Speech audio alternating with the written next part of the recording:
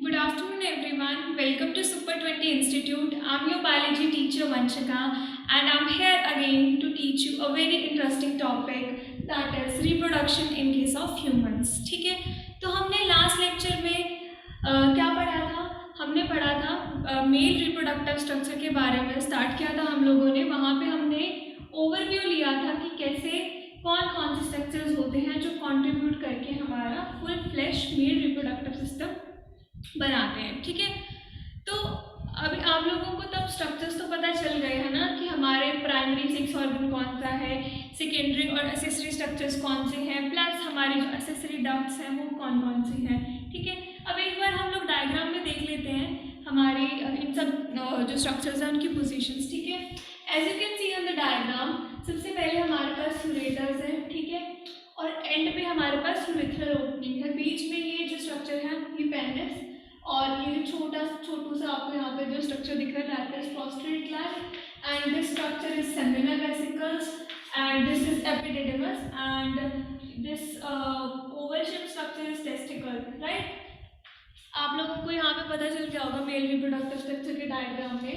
अगर आप ये डायग्राम देखोगे, जो ऊपर से ट्यूब्स आ रही है ये हमारे यूरेटर्स है. ठीक है, और ये जो ब्लैडर जैसा स्ट्रक्चर है that is our urinary bladder. ठीक है, उसके जस्ट नीचे ये जो स्ट्रक्चर है that is seminal vesicles, and उसके बाद जो ट्यूब्स लाइक स्क्वायर ट्यूब होती है इसको हम बोलते हैं एपिडिडमस. ठीक है, उसके साथ ही टेस्टिकल्स प्रेजेंट है. ठीक है, और ये जो बीच में स्ट्रक्चर है दैट इज पेनिस, और ये एक्सटर्नल जेनिटेलिया भी इसको हम बोलते हैं. ठीक है, और जो सबसे एंड वाला स्ट्रक्चर है ना दैट इज यूरिथ्रल ओपनिंग. ठीक है, आई होप आपको मेल रिप्रोडक्टिव स्ट्रक्चर के बारे में फ्रेजिंग पता चल गया होगा. ठीक है, और भी क्रिस्टल क्लैरिटी हो जाएगी ये वाला चार्ट देख के, जहाँ से हमें पता चल जाएगा कि कौन सा स्ट्रक्चर है जो सिंगल फॉर्म में प्रेजेंट है और कौन सा स्ट्रक्चर है जो पेयर्स में प्रेजेंट है. ठीक है, आपके दिमाग में जब भी मैं जैसे मैं सेमिनल वेसिकल्स बोल रही हूँ तो आपको डायग्राम देखने की भी ज़रूरत नहीं होनी चाहिए. आपके दिमाग में ऑलरेडी आ जाना चाहिए कि हाँ सेमिनल वेसिकल्स बोला है तो इसकी पोजीशन ये होगी, ये सिंगल फॉर्म में प्रेजेंट है या पेयर में प्रेजेंट है.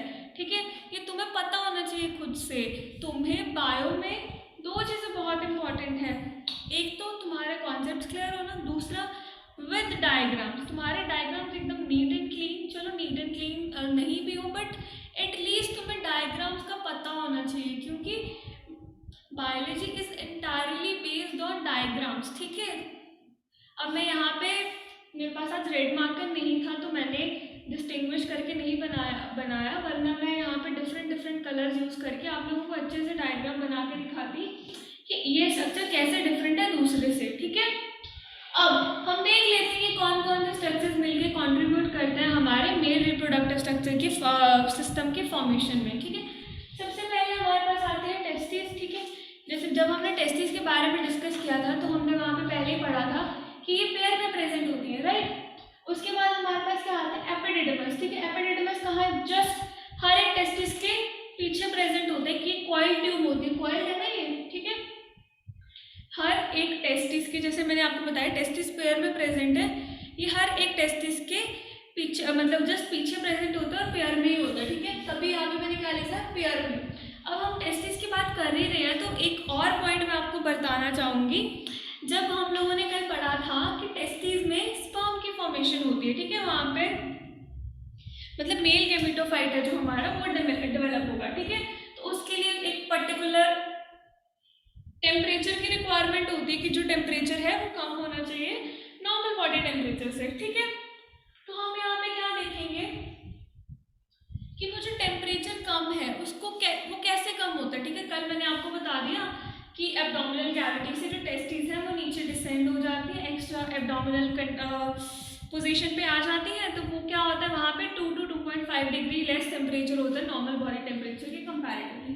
वो क्यों होता है, किसकी वजह से होता है, यहाँ पे ना एक स्पेशलाइज्ड मसल्स होते हैं, उनको हम डेल्टोस मसल्स के नाम से जानते हैं. कौन से मसल्स होते हैं, डेल्टोस मसल्स. वो क्या करते हैं, छोटे छोटे थिन थ्रेड लाइक मसल्स होते हैं जो प्रेजेंट होते हैं. तो ये जो मसल्स है ना they play a crucial role in maintaining the ideal temperature for the testis in order to initiate or regulate the process of formation of gametes, that is spermatogenesis. right, अभी आपको समझ में आया मैंने क्या बताया. अभी तक हमने दो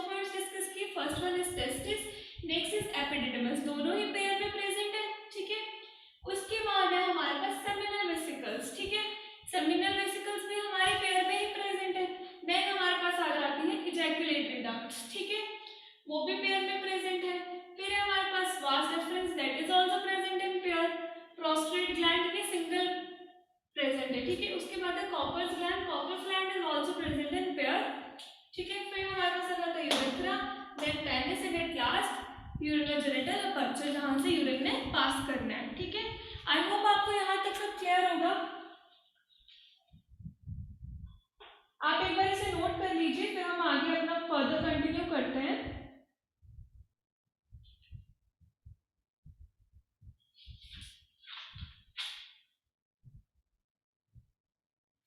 चलो फिर हम आगे नेक्स्ट क्लास में नेक्स्ट अपने टॉपिक पे फर्दर कंटिन्यू करते हैं, ठीक है।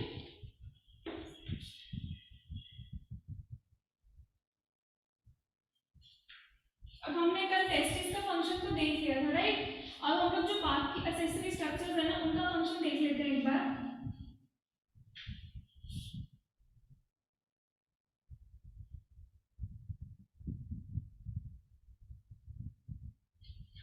ठीक है, यहाँ पे मैं डायग्राम अभी रब नहीं कर रही, क्योंकि आप लोगों को जब मैं फंक्शंस बताऊंगी तो आपको साथ साथ पता चलता रहेगा कि क्या मैम क्या बता रही है, ठीक है। तो सबसे पहले हम बात करते हैं सेमिनल वेसिकल्स की, ठीक है। इस स्ट्रक्चर की बात कर रही हूँ मैं, ठीक है। तो हम यहाँ पे एक बार देख लेते हैं सेमिनल वेसिकल्स के function.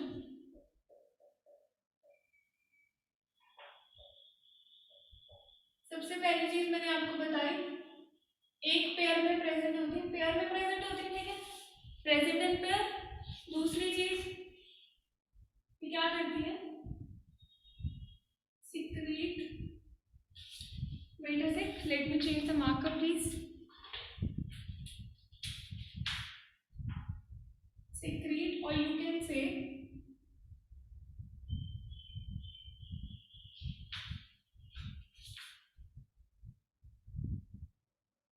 helps in the formation of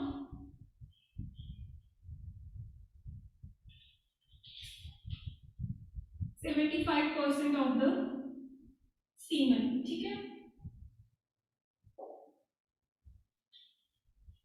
अब सीमन क्या होता है मैं आपको नेक्स्ट जब पढ़ाऊंगी स्पर्मेटोजेनेसिस का प्रोसेस, उसके बाद मैं आपको सीमन के बारे में बताऊंगी, राइट। अब जो 75% इसने अगर म्यूकस सीमन सिक्रीट करना है, तो इसके साथ और भी एसेसरी चीजें होंगी। म्यूकस के अंदर क्या क्या प्रेजेंट होगा, फ्रक्टोज प्रेजेंट होगा, ठीक है, प्रोस्टाग्लैंडिन्स प्रेजेंट होंगे,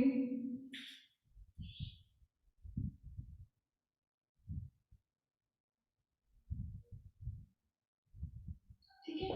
ऐसी कुछ चीजें हैं जो कंट्रीब्यूट करके सीमन बनाती है, ठीक है। अब सीमन क्या है, जो एक कलेक्टिव स्ट्रक्चर एक स्ट्रक्चर नहीं, it is a liquid kind of thing, ठीक है। तो जिसमें क्या होता है, मैच्योर स्पर्म्स होते हैं, ठीक है, और वहाँ पे हमारे एंजाइम्स भी होते हैं, फ्रक्टोज भी होता है, आयंस भी होते हैं, प्रोस्टाग्लैंडिन्स भी होते हैं, ठीक है। ये सब चीज़ें मिलकर कलेक्टिवली हमारा मेल्स के केस में सीमन बनाती हैं, ठीक है। तो सीमन का मेजर रोल क्या है, सीमन का क्या वो है, ठीक है। तो अब यहाँ पे मैंने आपको बताया कि सिर्फ 75% बना रही है सीमन का, तो बाकी का 25% कौन सा स्ट्रक्चर बना रहा होगा। Does anybody have any idea about it कि जो बाकी का रिमेनिंग 25% है सीमन का, वो कौन सा स्ट्रक्चर कंट्रीब्यूट कर रहा होगा हमारे मेल रिप्रोडक्टिव स्ट्रक्चर में से।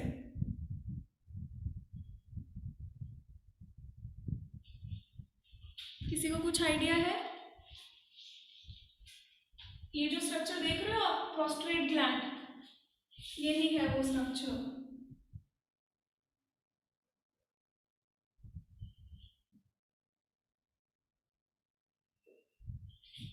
It contributes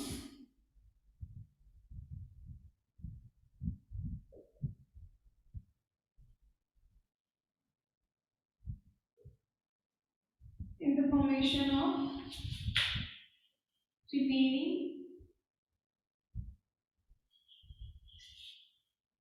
25% of the semen, ठीक है।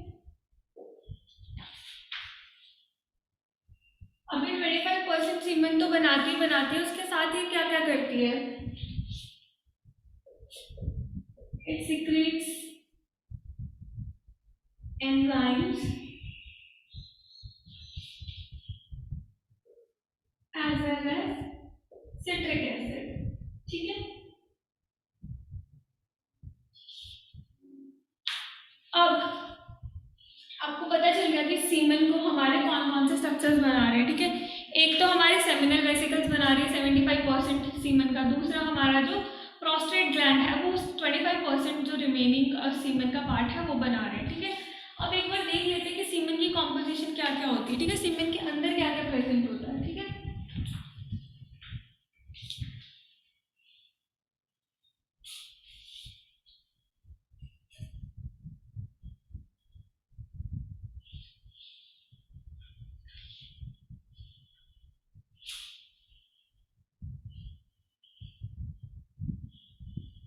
चलो अभी मैंने आपको बताया है, आपको इसी से हिंट मिल जाना चाहिए कि सीमन के अंदर क्या क्या प्रेजेंट होता है। बताओ मुझे।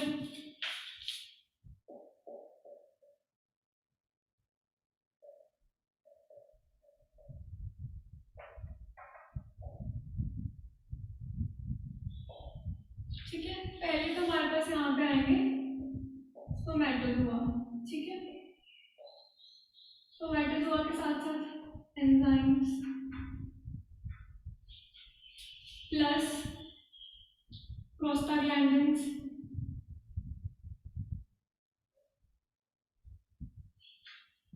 Plus fructose plus calcium ions plus etcetera, ये सारी चीजें मिलकर सीमन की कॉम्पोजिशन करती है, ठीक है। मेजर पार्ट इसमें स्पर्मेटोजोआ का होता है, बाकी जो चीजें हैं वो सारे हमारे एसेसरी स्ट्रक्चर्स हैं जो इसमें प्रेजेंट है, ठीक है। एंजाइम्स हो गए जैसे प्रोस्टाग्लैंडिन्स हो गए, फ्रक्टोज हो गए, सिट्रिक एसिड हो गया, कैल्शियम आयंस हो गए, तो इन सब ने क्या करना है, इन सब ने एल्काइन नेचर मेंटेन करके रखनी है, ठीक है।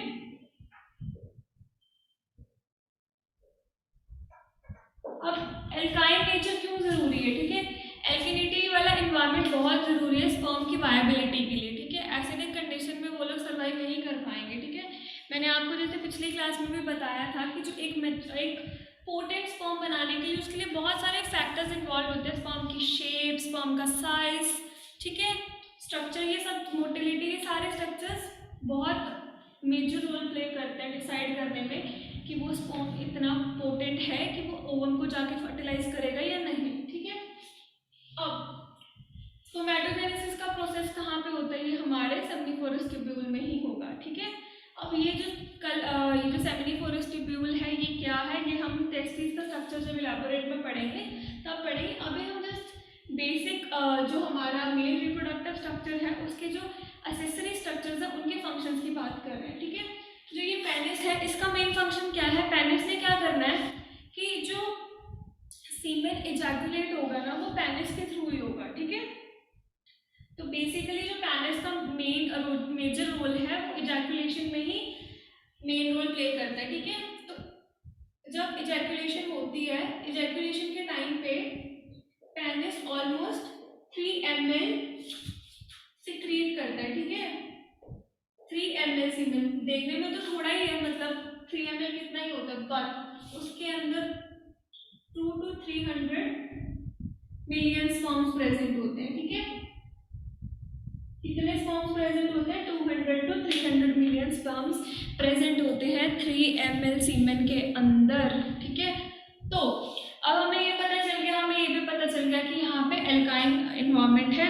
तो अब आपको पता होगा कि जो वजाइना है उसके अंदर थोड़ा सा एसिडिक इन्वायरमेंट होता है क्योंकि वहाँ पे लैक्टोबैसिलस बैक्टीरिया भी प्रेजेंट होता है, ठीक है। तो वहाँ पे अगर एसिडिक इन्वायरमेंट है तो वहाँ पे सर्वाइव करने के लिए भी थोड़ा सा हमें चाहिए ना, तो जो स्पर्म की वाइबिलिटी के लिए ना और उसकी मेच्योरिटी के लिए हम जो एल्काइन इन्वायरमेंट है ना दैट इज मस्ट, वो मस्ट कंडीशन है, ठीक है। इसीलिए जो एल्काइन नेचर है ना वो मेंटेन करके रखनी पड़ती है, और जो मेंटेन कहाँ से होती है, जो एक्सेसरी चीज़ें उसमें सिक्रीट होती है सीमन के अंदर, जैसे कि फ्रक्टोज, एंजाइम्स, ठीक है, कैल्शियम आयंस, ये सारी चीज़ें किस में हेल्प करती है, ये एल्काइन नेचर को मेंटेन करने में हेल्प करती हैं, ठीक है। अब हमें पता चल गया जो इजैकुलेट मतलब सीमेन सिक्रीट होना है वो थ्रू पेनिस के होना है इजैकुलेशन के प्रोसेस से। अब बाकी स्ट्रक्चर्स क्या रोल प्ले करते हैं, हमने पेनिस का भी देख लिया, हमने प्रोस्टेट ग्लैंड का भी देख लिया, सेमिनल वेसिकल्स का भी देख लिया। अब जो एपिडिडिमस है ना, आप सोच रहे हो कि एपिडिडिमस का क्या फंक्शन है ना। एपिडिडिमस क्या करता है, जब तक स्पर्म मैच्योर नहीं हो जाता अच्छे से, ठीक है, एक तो मैच्योरिटी में हेल्प करता है, ये इसका एडिशनल फंक्शन है एपिडिडिमस का, स्पर्म की मैच्योरिटी, ठीक है। एक तो ये स्पर्म की मैच्योरिटी में हेल्प कर रहा है, दूसरा ये क्या कर रहा है, ये जो स्पर्म्स को ना स्टोर करके रख रहा है, ठीक है, क्या कर रहा है, स्पर्म्स को स्टोर करके रख रहा है, ठीक है। पता चल के मैंने आपको बताया एपिडिडिमस के अभी दो फंक्शंस, एक तो ये स्पर्म्स को स्टोर करके रख रहा है, दूसरी चीज ये मैच्योरिटी में भी हेल्प कर रहा है, ठीक है। उसके बाद है हमारे पास यूरेथ्रा, ठीक है, यूरेथ्रा और यूरेथ्रल ओपनिंग, ये एक कॉमन पैसेज है जो क्या कैरी करता है, ये यूरिन को भी कैरी करता है, ठीक है, और जो सीमन है उसको भी कैरी करता है। ये एक कॉमन पैसेज है हमारा मेल रिप्रोडक्टिव स्ट्रक्चर में, जिसने यूरिन को भी कैरी करना और मेल गैमीट को भी कैरी करना, बट फीमेल के केस में दोनों अलग अलग होता है, ठीक है। यूरिन अलग होल से पास होता है और जो हमारा जहाँ पे इंसेमिनेशन होती है that opening is different from the passage of urine वाले ओपनिंग, राइट। ठीक है, आपने जब भी पढ़ना है ना रिलेट करके पढ़ना है, ताकि it would get easier for you to understand and imagine things according to it, ठीक है, ताकि आप लोग समझ पाओ, आपको कॉन्सेप्ट इजीली क्लियर हो पाए, ठीक है। आई होप आपको यहाँ तक मेल रिप्रोडक्टिव स्ट्रक्चर के बारे में सब कुछ समझ में आ गया होगा, ठीक है। हमने यहाँ पे क्या पढ़ा, हमने सबसे पहले मेल रिप्रोडक्टिव स्ट्रक्चर का डायग्राम देखा, ठीक है। डायग्राम के बाद हमने वहाँ पे क्या क्या स्ट्रक्चर्स हैं जो रिस्पॉन्सिबल हैं उसकी फॉर्मेशन में, ठीक है, उसके डिफरेंट फंक्शंस पढ़े, ठीक है। देन हमने पढ़ा कि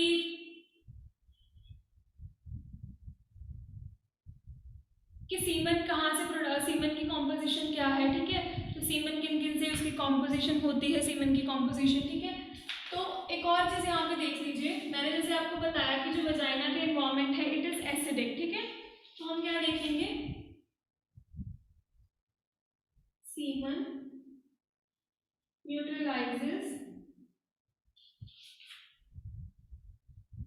एसिडिक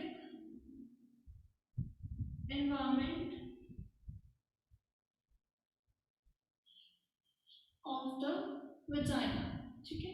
ये जो वजाइना का एसिडिक एनवायरनमेंट है उसको जो सीमन है ना वो न्यूट्रलाइज कर देता है, राइट। इसके बाद हम लोगों ने जो नेक्स्ट टॉपिक पढ़ना है, हमने पढ़ना है स्पर्मेटोजेनेसिस, ठीक है। स्पर्मेटोजेनेसिस में क्या है, कैसे एक स्पर्मेटोगोनिया से मैच्योर स्पर्मेटोजोआ बनता है, ठीक है, जो मैच्योर स्पर्म है, ठीक है, वो कैसे बनता है। तो उसके लिए हमें टेस्टिस का स्ट्रक्चर समझना पड़ेगा, उसमें डिफरेंट सेल्स होते हैं, germ cells, Sertoli cells, Leydig cells, है ना, इनका क्या फंक्शंस है, how they contribute in the formation of that particular type of structure, ठीक है, कौन कौन सी डिविजन्स होती है, मियोसिस होती है या माइटोसिस होती है, ठीक है। तो ये सारी चीज़ें हम लोग नेक्स्ट क्लास में डिस्कस करने वाले हैं, ठीक है। आई होप मैंने आपको जितना आज मेल रिप्रोडक्टिव स्ट्रक्चर के बारे में पढ़ाया आपको क्लियर होगा। I am keeping my pace very slow, ठीक है, ताकि आप लोग मेरी स्पीड के साथ सिंक इन कर पाओ, आपको कोई दिक्कत ना आए, ठीक है। एक बार फिर से आप ये डायग्राम देख लीजिए, अगर आपको यहाँ पे कोई भी ऐसा स्ट्रक्चर दिख रहा है जिसके बारे में मैंने आपको नहीं बताया, जस्ट आस्क, बताया भी है, और अगर आपको नहीं समझ में आ रहा तो प्लीज़ एक बार आप आके मुझसे पूछिए कि मैम हमें यहाँ पे दिक्कत आ रही है, ठीक है, क्योंकि चीज़ों की क्लैरिटी होना इज मस्ट, बहुत ज़रूरी है आपको कॉन्सेप्ट समझना, वरना तो यू विल गेट कंफ्यूज्ड, ठीक है। आगे हम और डिफिकल्ट चैप्टर्स पढ़ने वाले हैं, वहाँ जाके आपको और कंफ्यूजन होगा, ठीक है। मैं हमेशा से फर्स्ट क्लास से यही एम्फेसाइज करते आ रही हूँ, इंटरैक्टिव सेशन होना चाहिए, तुम लोग को जहाँ पे दिक्कत आ रही है जस्ट स्टॉप में इन द मिडवे और पूछो मुझसे कि मैम हम यहाँ पे स्टक हो गए, प्लीज़ हेल्प अस आउट, हमें नहीं समझ में आ रहा, राइट।